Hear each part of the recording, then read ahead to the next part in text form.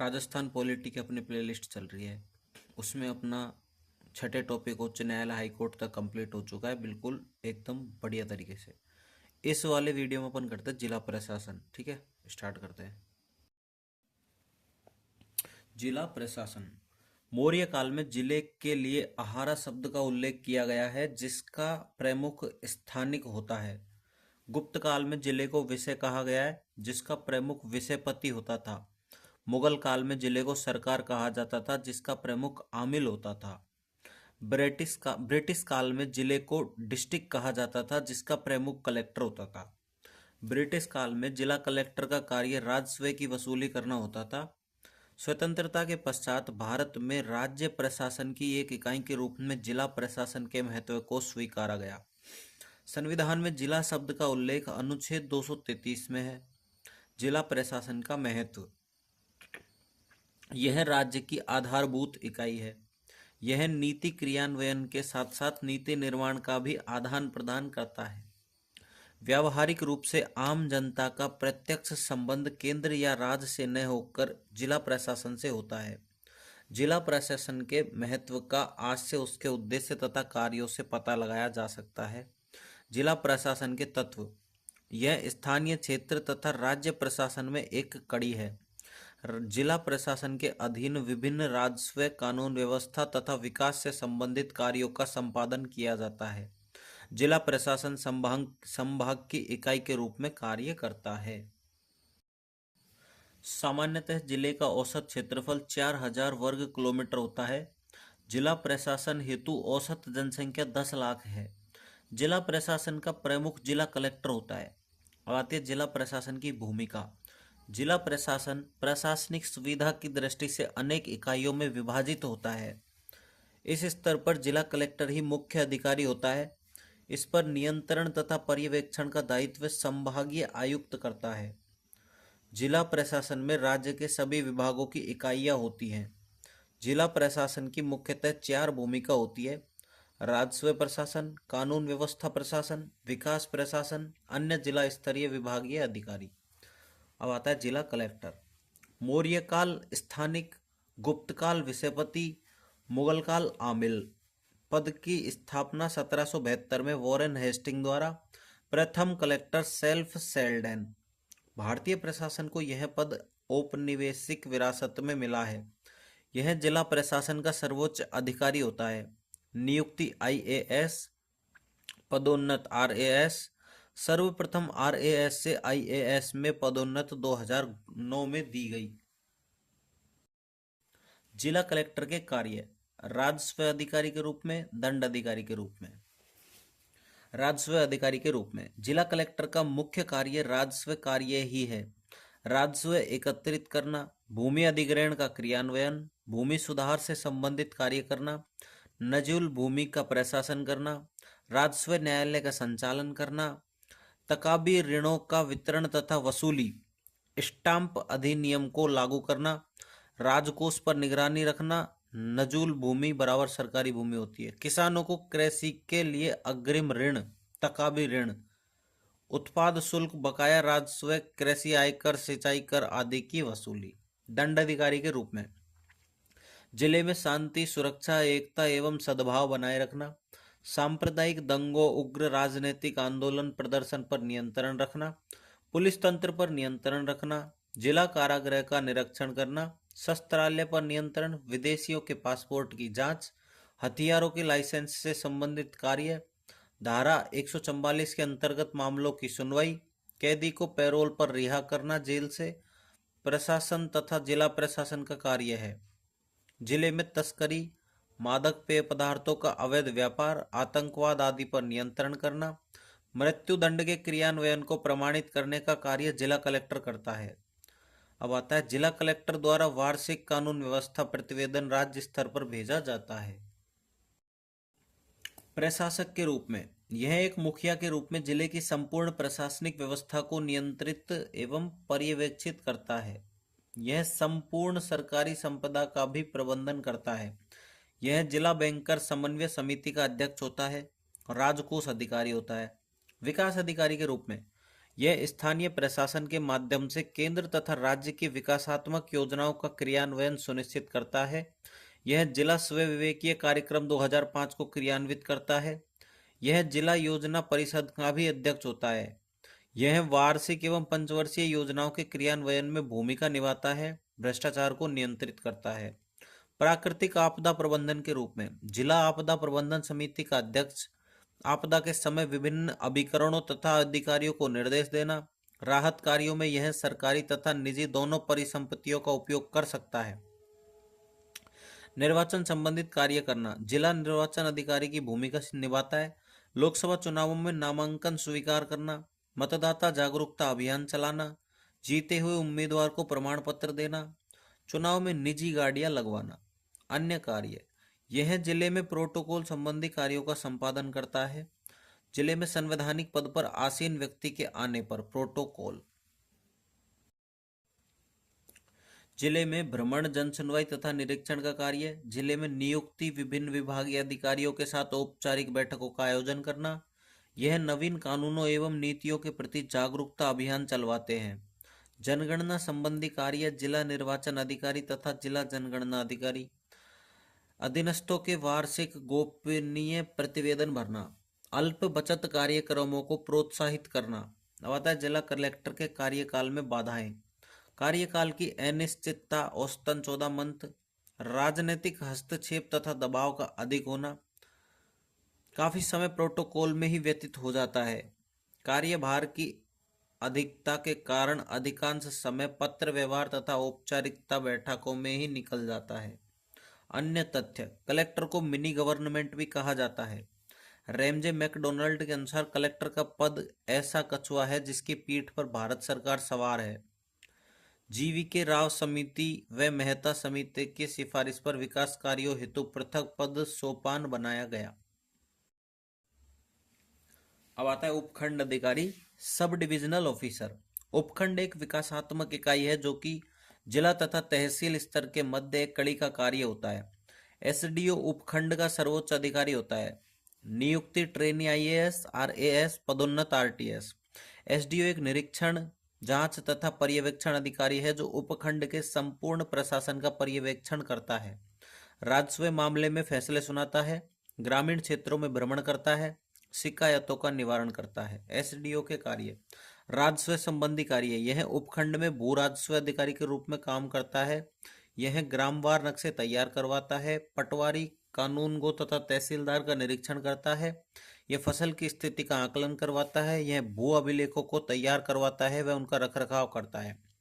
भूमि सुधार से संबंधित कार्य भी करता है। न्यायिक श्रेणी में कार्य, यह राजस्व मामलों में प्रथम श्रेणी का न्यायाधीश है। तहसील प्रशासन के विरुद्ध अपील की सुनवाई करते हैं। यह निम्न मामले में फैसला भी सुनाता है: भूमि सीमा विवाद, संपत्ति विभाजन विवाद, उत्तराधिकारी विवाद, पंजीकरण संबंधी विवाद, मुआवजा प्रकरण। दंडात्मक के रूप में उपखंड में कानून व्यवस्था बनाए रखना, जेल, पुलिस थानों तथा चौकियों का निरीक्षण करना। धारा 144 लागू करता है। धारा 144 तथा धारा 151 में सुनवाई करता है। निरीक्षण संबंधी कार्य, एसडीएम स्थानीय प्रशासन का औचक निरीक्षण करता है। अब आता है निर्वाचन संबंधी कार्य, लोकसभा चुनाव में उपचुनाव अधिकारी, विधानसभा चुनाव में प्रमुख चुनाव अधिकारी, एमएलए प्रत्याशी का नामांकन एसडीएम ऑफिस में, बीएलओ की नियुक्ति करना, मतदाता सूची तैयार करना, बूथ प्रबंधन करवाना, चुनाव जागरूकता अभियान का संचालन। अन्य कार्य, सामान्य प्रशासन की औपचारिक बैठक का समायोजन। यह सार्वजनिक वितरण प्रणाली का विनियमन करता है। उपखंड में आपदा प्रबंधन का कार्य भी करते हैं। बीपीएल से नीचे लोगों की पहचान करना। अन्य तथ्य, एसडीओ को जिला कलेक्टर की आंख व कान भी कहते हैं। अब आता है तहसीलदार। तहसीलदार का पद ऐतिहासिक रूप से जिला कलेक्टर से भी पुराना है। तहसीलदार मुख्य रूप से राजस्व कार्यों के लिए उत्तरदायी होता है। तहसील एक राजस्व इकाई है जिसका मुख्य अधिकारी तहसीलदार होता है। तहसीलदार के कार्य, भू राजस्व वसूली करना। वसूली की अंतिम जिम्मेदारी तहसीलदार की होती है। वह इस संदर्भ में क्षेत्र में दौरे करता है। यह पटवारियों को निर्देश देता है। गत वर्षों के तकाबी ऋणों की वसूली करता है। अब आता है भू अभिलेख संबंधी कार्य, भूमि की किस्म या प्रकार का वर्गीकरण करना, भू मानचित्र तैयार करवाना, भू आंकड़ों को अपडेट या रखरखाव करवाना, अब आता है राजस्व न्यायालय के रूप में। भू संपत्ति पर आधारित वाद विवाद सुनने का प्राथमिक अधिकार, भूमि सीमा विवाद या संपत्ति विवाद, उत्तराधिकारी विवाद या पंजीकरण विवाद, विभाजन विवाद, नामकरण विवाद, उपराजकोष अधिकारी के रूप में कार्य करता है। अन्य कार्य, पंजीयन संबंधी कार्य अर्थात उप पंजीयन अधिकारी की भूमिका निभाता है। पीडीएस का भी विनियमन करता है। आपदा प्रबंधन का कार्य करना, निर्वाचन संबंधी कार्य का प्रबंधन करवाना। पटवारी, पटवारी जिला स्तरीय राजस्व प्रशासनिक व्यवस्था में निचले स्तर किंतु सर्वाधिक महत्वपूर्ण कार्मिक होता है। पटवारी के कार्य, भू अभिलेख से संबंधित कार्य, राजस्व संग्रहण करके तहसील कार्यालय में जमा करवाना, राजस्व अभियानों का संचालन करना पटवारी का मुख्य दायित्व होता है। भूमि सुधार का सफल क्रियान्वयन, बंधुआ मजदूरी से मुक्ति आदि में भी पटवारी की मुख्य भूमिका होती है। ग्रामीण विकास के कार्यों में ग्राम सेवक तथा सरपंच की सहायता करना, अकाल अतिवृष्टि अनावृष्टि के द्वारा फसलों को हुए नुकसान की रिपोर्ट प्रेषित करना, जनगणना तथा मतदाता सूची तैयार करने में सहायता करना। सांख्यिकी संबंधी कार्य, जनगणना, पशुगणना, सिंचाई, राजस्व आंकड़े, कोरोना प्रबंधन। पंचायती राज से संबंधित कार्य, ग्राम सभा, चुनाव संबंधित कार्य, पंचायत की वित्त तथा कर समिति की कार्यवाही में भागीदारी। अब आता है पुलिस अधीक्षक, superintendent of police, SP. Bharat में पुलिस अधीक्षक पद का सृजन 1808 ईस्वी में किया गया था। यह जिला कलेक्टर का मुख्य नियंत्रक तथा नेतृत्वकर्ता अधिकारी होता है। यह जिला कलेक्टर के साथ मिलकर शांति व्यवस्था सुनिश्चित करते हैं। नियुक्ति आईपीएस, पदोन्नत आरपीएस। यह जिले में मुख्य रूप से अपराधों पर नियंत्रण रखता है। जिले में विशिष्ट अतिथियों को सुरक्षा उपलब्ध करवाते हैं।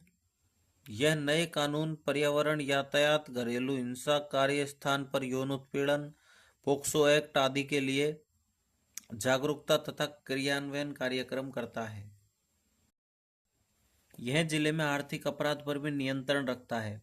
यह विशेष क्षेत्रों या सीमावर्ती क्षेत्रों में भारतीय सेना या पैरामिलिट्री अर्धसैनिक बल के साथ बैठकों का आयोजन करता है। यह घटनाओं का दौरा करते हैं तथा समुचित कार्यवाही का आदेश देना। कुछ विशेष मामलों में यह एफआईआर प्राप्त करके उसके निपटारे की प्रगति पर भी निगरानी रखते हैं। यह गंभीर अपराधों पर नियंत्रण की सूचना समय समय पर प्राप्त करते हैं। यह पुलिस संपत्ति, वाहन, हथियार, दस्तावेज आदि की सूचना सुनिश्चित करना। यह गृह विभाग को वार्षिक अपराध प्रतिवेदन प्रस्तुत करते हैं। जिला प्रशासन में जिला कलेक्टर तथा एसपी को एक दूसरे का पूरक माना जाता है। इन दोनों में समन्वय से ही जिले में कानून तथा अपराध पर प्रभावी नियंत्रण रखा जा सकता है। जिला कलेक्टर जिले का सर्वोच्च लोक सेवक होता है, जो कि सामान्य प्रशासक के साथ साथ विभिन्न विभागों का समन्वयकारी तथा नेतृत्वकारी भी होता है। जिले में कानून व्यवस्था बनाए रखने का दायित्व जिला कलेक्टर तथा एसपी दोनों का होता है, लेकिन पुलिस एक्ट 1961 के अनुसार सामान्य दायित्व जिला कलेक्टर का होता है।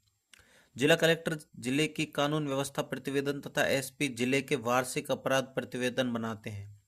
कानून व्यवस्था प्रतिवेदन गृह विभाग तथा मुख्य सचिव को, वार्षिक अपराध प्रतिवेदन गृह विभाग तथा पुलिस विभाग को। इस प्रकार कानून व्यवस्था का दोहरा दायित्व कलेक्टर तथा एसपी दोनों मिलकर निभाते हैं, अर्थात दोनों में समन्वय जिले की लॉज एंड ऑर्डर सिस्टम को सुनिश्चित करता है। नोट: वार्षिक कानून व्यवस्था प्रतिवेदन जिला कलेक्टर, वार्षिक अपराध प्रतिवेदन एसपी, वार्षिक गोपनीय प्रतिवेदन भरना जिला कलेक्टर। नोट: धारा 144 सुनवाई जिला कलेक्टर करता है। धारा 144 लागू करता है एसडीएम। धारा 144 और धारा 151 में सुनवाई एसडीएम करता है। ठीक है। सिटी पुलिस कमिश्नर सिस्टम, यह राजस्थान में 2011 में जयपुर तथा जोधपुर में आरंभ की गई थी। पहला जयपुर कमिश्नर बीएल सोनी, पहला जोधपुर कमिश्नर भूपेंद्र यादव। इसका मुख्य उद्देश्य पुलिस प्रशासन को स्वायत्तता प्रदान करना है, ताकि वह प्रभावशाली रूप से त्वरित तथा निष्पक्ष कार्यवाही कर सके। पुलिस कमिश्नर एक स्वायत्त अधिकारी होता है, जिस पर जिला प्रशासन का कोई दबाव नहीं होता है, न ही उसे कलेक्टर से कार्रवाई के लिए कानून व्यवस्था से संबंधित अनुमति लेनी पड़ती है। इससे पुलिस प्रशासन में मनोबल, अनुशासन तथा दायित्व बढ़ता है। वहीं दूसरी तरफ कलेक्टर के समय की बचत होती है, जिससे वह विकास कार्यों में प्रभावशाली रूप से अधिक कार्य कर सकता है।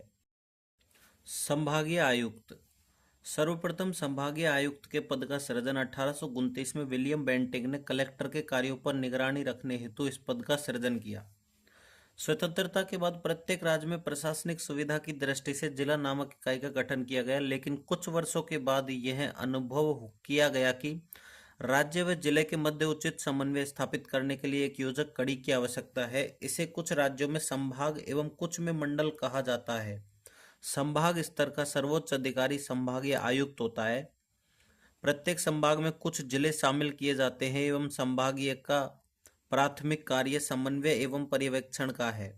भारत के सभी राज्यों में यह व्यवस्था नहीं है, लेकिन जिन राज्यों में यह व्यवस्था है वहां हमेशा यह विवादास्पद रही है। संभागीय आयुक्त के कार्य: जिला प्रशासन पर नियंत्रण करना, जिला प्रशासन में समन्वय स्थापित रखना, स्थानीय इकाइयों के पर्यवेक्षण संबंधित कार्य, विकासात्मक योजनाओं तथा कार्यक्रमों का क्रियान्वयन सुनिश्चित करना। संभाग स्तर पर कार्मिक प्रशासन संबंधी कार्य का संपादन संभागीय आयुक्त करता है। वार्षिक गोपनीय प्रतिवेदन भरना, राजस्व अधिकारियों को स्थानांतरण आदेश, जिला प्रशासन के विरुद्ध शिकायत की सुनवाई करता है। न्यायिक कार्य: संभागीय आयुक्त भू राजस्व एक्ट की धारा 75 एंड 76 के अनुसार अपीलीय प्राधिकारी के रूप में कार्य करता है। सातवां, इसके अतिरिक्त निम्न कानूनों से संबंधित मामले भी संभागीय आयुक्त के अधीन हैं: राजस्थान नगर पालिका एक्ट, राजस्थान भूमि भवन कर एक्ट, राजस्थान आबकारी act, Rajasthan one act, Rajasthan धार्मिक भवन तथा स्थान एक्ट।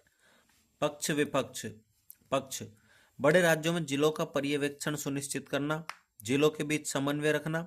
संभागीय आयुक्त एक अनुभवी अधिकारी होता है जिससे अनुभव का लाभ जिला कलेक्टरों को मिलता है।